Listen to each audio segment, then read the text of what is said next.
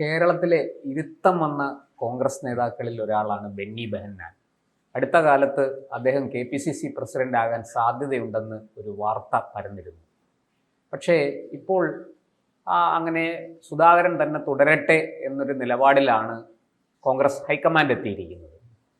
ഈ കേരളത്തിലെ ഈ പറയുന്ന കോൺഗ്രസ് നേതാക്കളിൽ അല്ലെങ്കിൽ കോൺഗ്രസ് ഔദ്യോഗികമായ ഭാരവാഹികളിൽ ക്രിസ്ത്യൻ വിഭാഗത്തിന് വലിയ സ്വാധീനം ഇപ്പോൾ ഇല്ല എന്ന പരാതി വ്യാപകമാണ്. ഈ ബെന്നിയുടെ വരവ് കൊണ്ട് ആ പരാതി പരിഹരിക്കപ്പെടും എന്നാണ് കരുതിയിരുന്നത്. പക്ഷേ ഇപ്പോഴത്തെ ഈ ഹൈക്കമാൻഡിൻ്റെ തീരുമാനം കേരളത്തിലെ ക്രിസ്ത്യാനികളെ, ക്രിസ്ത്യൻ വിഭാഗത്തെ കോൺഗ്രസിൽ നിന്ന് അകറ്റുന്നതാണ്. എന്താണ് അങ്ങേക്ക് പറയാനുള്ളത്? ഈ കെ സുധാകരൻ എന്താ കുഴപ്പം? കെ സുധാകരന് ഒന്ന് വന്നപ്പോഴാണ് പാർട്ടിക്ക് എനിക്ക് തോന്നുന്നു ഒരു ചെറിയൊരു ഉണർവുണ്ടായത്. ഒരു സെമി കേഡറാക്കുമെന്ന് പറഞ്ഞു. ഈ കണ്ണൂരുകാരൻ്റെ എല്ലാവിധ തൻ്റെടവും കെ സുധാകരന് ഉണ്ടെന്നുള്ളതാണ്. ഇപ്പോൾ CPM-കാർ ചോദിച്ചാൽ എന്താടാ എന്ന് ചോദിച്ചു കഴിഞ്ഞാൽ തിരിഞ്ഞു നിന്ന് ആരാടാന്ന് ചോദിക്കാനുള്ള ചങ്കൂറ്റവും നട്ടല്ലുറപ്പും ഉള്ളത് സുധാകരന് മാത്രമേ ഉള്ളൂ. മാർത്താണ്ഡവർമ്മയുടെ തിരുവിതാംകൂർ ഭരിച്ച മാർത്താണ്ഡവർമ്മയുടെ ഒറിജിൻ കണ്ണൂരാണ്. ആ ഒരു സ്വഭാവം സുധാകരനും ഉണ്ട്, ആ ഒരു തൻ്റെ ഇടവും ഉണ്ട്. അപ്പൊ അദ്ദേഹത്തിന് അടിക്കും.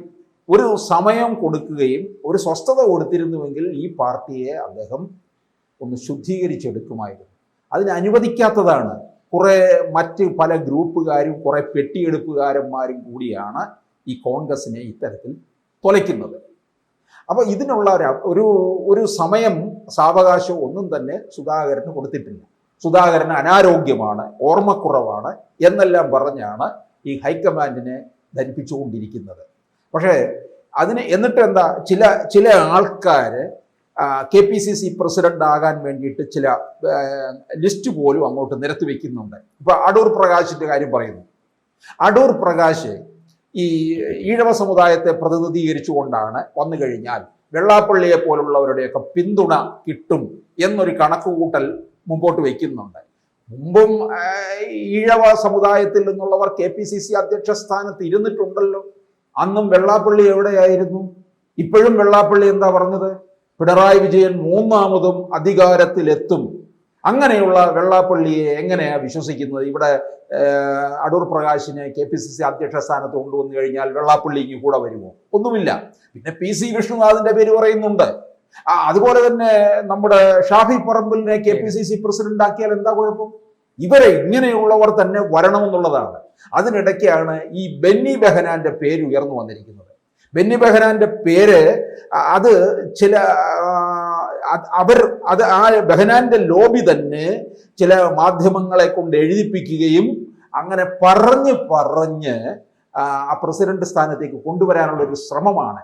KC വേണുഗോപാലിന്റെ വീടിന്റെ പടിക്കൽ പോയി കാവൽ കിടക്കുകയായിരുന്നു ബെന്നി ബെഹനാൻ, അല്ലേ? പക്ഷെ സാർ, അങ്ങനെ പറയുമ്പോഴും നമ്മുടെ കേരളത്തിലെ കോൺഗ്രസ് രാഷ്ട്രീയത്തിനുള്ളിൽ, പ്രത്യേകിച്ചും ഈ മധ്യ കേരളത്തിൽ നമുക്കറിയാം യാക്കോബായ സമുദായത്തിന് വലിയ രീതിയിൽ വോട്ടുണ്ട് കേരളത്തിൽ.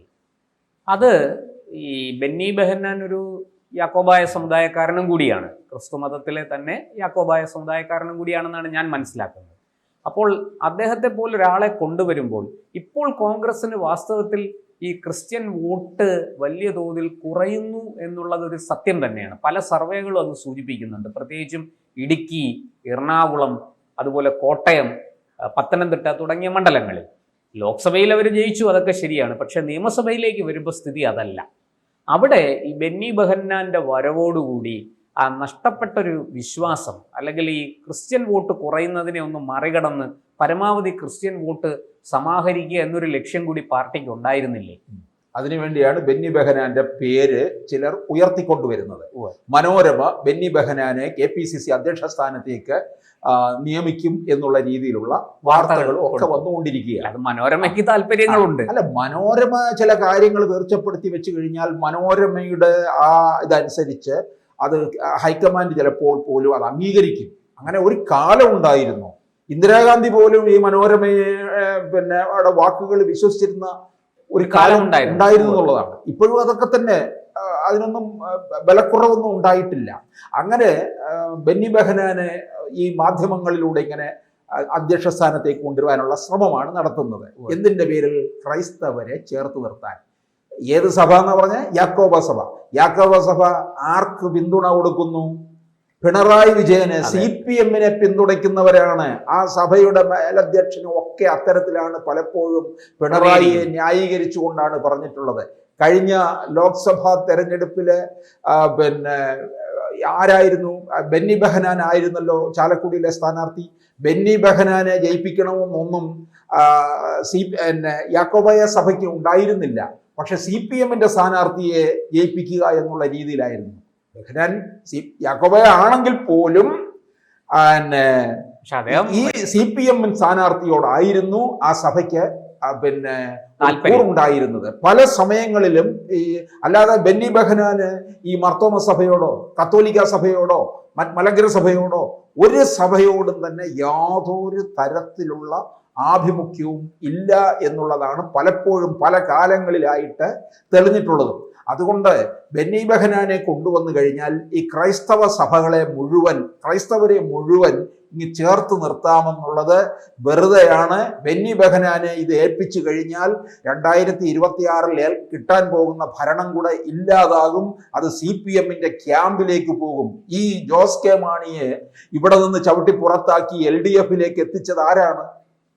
ബെന്നി ബെഹനാനാണ്. ബെന്നി ബെഹനാന് ഉമ്മൻചാണ്ടിയുടെ അടുത്ത വിശ്വസ്തനല്ലായിരുന്നു. അതേക്കുറിച്ചാണ് ഞാൻ അടുത്ത ചോദിക്കാൻ വന്നത്. വിശ്വസ്തനല്ലായിരുന്നു. അതെ, A ഗ്രൂപ്പുകാരൻ എന്ന് പറഞ്ഞ് ഇപ്പോഴും A ഗ്രൂപ്പുകാരൻ എന്നാണ് പറഞ്ഞു നടക്കുന്നത്. അന്ന് അവസാനമായി കഴിഞ്ഞപ്പോൾ ഉമ്മൻചാണ്ടിയുടെ അവസാന കാലഘട്ടത്തിലൊക്കെ ഉമ്മൻചാണ്ടിയുമായിട്ട് അകന്നു അല്ലേ? അതുപോലെ തന്നെ അവരുടെ വീട്ടുകാരും ഒക്കെ ആയിട്ടും അകന്നു. അദ്ദേഹത്തിന്റെ ഡെഡ് ബോഡി അവിടുന്ന് ബാംഗ്ലൂരിൽ നിന്ന് കൊണ്ടുവരുമ്പോൾ ആ ഫ്ലൈറ്റിൽ കയറ്റരുത് എന്നാണ് ഉമ്മൻചാണ്ടിയുടെ ഭാര്യ പറഞ്ഞത്. അതിൽ വിമാനത്തിൽ ഒരു സീറ്റ് ഒഴിവുണ്ടായിട്ട് പോലും അവരുടെ കൂടെ ജോലിക്ക് നിന്ന സ്ത്രീയാണ് കൊണ്ടുവന്നത്, അല്ലാതെ ബെന്നി ബെഹനാനെ അതിനകത്ത് കയറ്റിയില്ല. അപ്പോൾ അത്രയ്ക്ക് വിരോധമായിരുന്നു ബെന്നി ബെഹനാനോടെന്നുള്ള, അത്ര ചതി നടത്തി എന്നാണ് പറയുന്നത്. തൃക്കാക്കരയിലെ ഉമാ തോമസ് മത്സരിക്കുമ്പോൾ ഉമ്മൻചാണ്ടിയുടെ ഭാര്യ പറഞ്ഞതാണ് ബെന്നി ബെഹനാനെ യാതൊരു കാരണവശാലും വിശ്വസിക്കരുത് എന്ന് പറഞ്ഞതാണ്. അപ്പൊ അങ്ങനെയുള്ള ഒരാളെ KPCC സ്ഥാനത്തേക്ക് കൊണ്ടുവന്നു കഴിഞ്ഞാൽ ഈ പാർട്ടിയെ കൊണ്ടുപോയി എവിടെ കെട്ടും? AKI സെന്ററിന്റെ തൊഴുത്തിൽ കൊണ്ടുപോയി കെട്ടത്തില്ലേ? അതായിരിക്കും ചെയ്യാൻ പോകുന്നത്. അതുകൊണ്ടാണ് ബെന്നി ബെഹനാനെ ഇത് ഏൽപ്പിക്കരുത് എന്ന് പല ഭാഗങ്ങളിൽ നിന്നും ശക്തമായ തരത്തിലുള്ള അഭിപ്രായങ്ങൾ ഉയരുന്നുണ്ട് എന്നുള്ളതാണ്. പക്ഷെ സാർ, നമ്മുടെ A ഗ്രൂപ്പ് അങ്ങ് പറഞ്ഞതുപോലെ അതിൻ്റെ കടിഞ്ഞാൺ വാസ്തവത്തിൽ ഉമ്മൻചാണ്ടിയുടെ കയ്യിലാണ് ഇരുന്നത്. ഫ്രണ്ടിൽ AK ആന്റണിയാണ് നിന്നതെങ്കിൽ പോലും ഉമ്മൻചാണ്ടിയുടെ മരണത്തോടുകൂടി വാസ്തവം പറഞ്ഞാൽ A ഗ്രൂപ്പ് അനാഥമായിരിക്കുകയാണ്. A ഗ്രൂപ്പിനെ നയിക്കാനും ആ A ഗ്രൂപ്പിന്റെ ആ പഴയ അതൊന്ന് മുന്നോട്ട് കൊണ്ടുപോകാൻ പറ്റിയൊരു നേതാവില്ല. അപ്പൊ ആ സ്ഥാനത്തേക്ക് കൂടെ കരുതിയിട്ടായിരിക്കുമോ ആ സ്ഥാനം സ്വയം പ്രഖ്യാപിച്ച് അഭിനയിച്ച് മുമ്പിൽ വരികയാണ് ബെന്നി ബെഹനാൻ ചെയ്യുന്നതെന്നാണ് അറിയുന്നത്. ബെന്നി ബെഹനാനെ അതുകൊണ്ടൊക്കെ തന്നെയാണ് വിശ്വസിക്കാൻ പാടില്ല എന്ന് പറയുന്നത്. ഉമ്മൻചാണ്ടിയുടെ വിശ്വസ്തനായിരുന്നിട്ട് പോലും അവസാനം കാലുമാറി കളഞ്ഞു എന്നുള്ളതാണ്. സ്വന്തം താല്പര്യത്തിന് വേണ്ടി, അതായത് CPM-ലേക്ക് കൊണ്ടുപോയി എല്ലാം LDF-ന് ഈ അഡ്ജസ്റ്റ്മെന്റ് രാഷ്ട്രീയം കളിക്കുന്ന ഒരു ഏർപ്പാട് ബെന്നിക്കുണ്ട് എന്നുള്ളതാണ് പറയുന്നത്. KPCC അധ്യക്ഷ സ്ഥാനത്തേക്ക് വരേണ്ടതെന്ന് പറയുന്നത് അത്ര എല്ലാവർക്കും എല്ലാവരെയും ഒന്നിച്ചു കൊണ്ടുപോകാൻ തക്കവണ്ണം പ്രാപ്തിയുള്ള, സാമുദായികമായിട്ടായാലും പാർട്ടിയിലെ എല്ലാ ഗ്രൂപ്പുകളെയും ഒന്നിച്ചു കൊണ്ടുപോകാൻ തക്ക ഒരു പ്രാപ്തിയുള്ള ഒരാളായിരിക്കണം. അത്തരത്തിൽ പ്രതീക്ഷിച്ചുകൊണ്ടാണ് സുധാകരനെ ഇറക്കിയത്. പക്ഷെ സുധാകരനെ പോലും ഭരിക്കാൻ അനുവദിക്കുന്നില്ല എന്നുള്ളതാണ്. ബെന്നി ബെഹനാൻ വന്നു കഴിഞ്ഞാൽ പാർട്ടി 4 കഷണമായി മാറുമെന്നുള്ളത് ഉറപ്പായിട്ടുള്ള കാര്യം തന്നെയാണ്. അപ്പോൾ ഇവർക്ക് 2026 കിട്ടാൻ പോകുന്ന ഭരണവും ഇല്ലാതാകും. പ്രതീക്ഷ വെക്കണ്ട എന്ന് തന്നെ. എന്തായാലും K സുധാകരനെ തൽക്കാലം മാറ്റണ്ട എന്നാണല്ലോ ഹൈക്കമാൻഡിന്റെ തീരുമാനം. ആ തീരുമാനം അനുസരിച്ച് KPCC മുന്നോട്ട് പോകട്ടെ. എന്താണ് സംഭവിക്കുക, ഭാവിയിൽ എന്താണ് നടക്കാൻ പോകുന്നതെന്ന് നോക്കാം. കൂടുതൽ വാർത്തകളും വിശേഷങ്ങളും നിങ്ങളിലേക്ക് എത്താൻ ABC മലയാളം സബ്സ്ക്രൈബ് ചെയ്യുക, ബെൽ ബട്ടണും അമർത്തുക.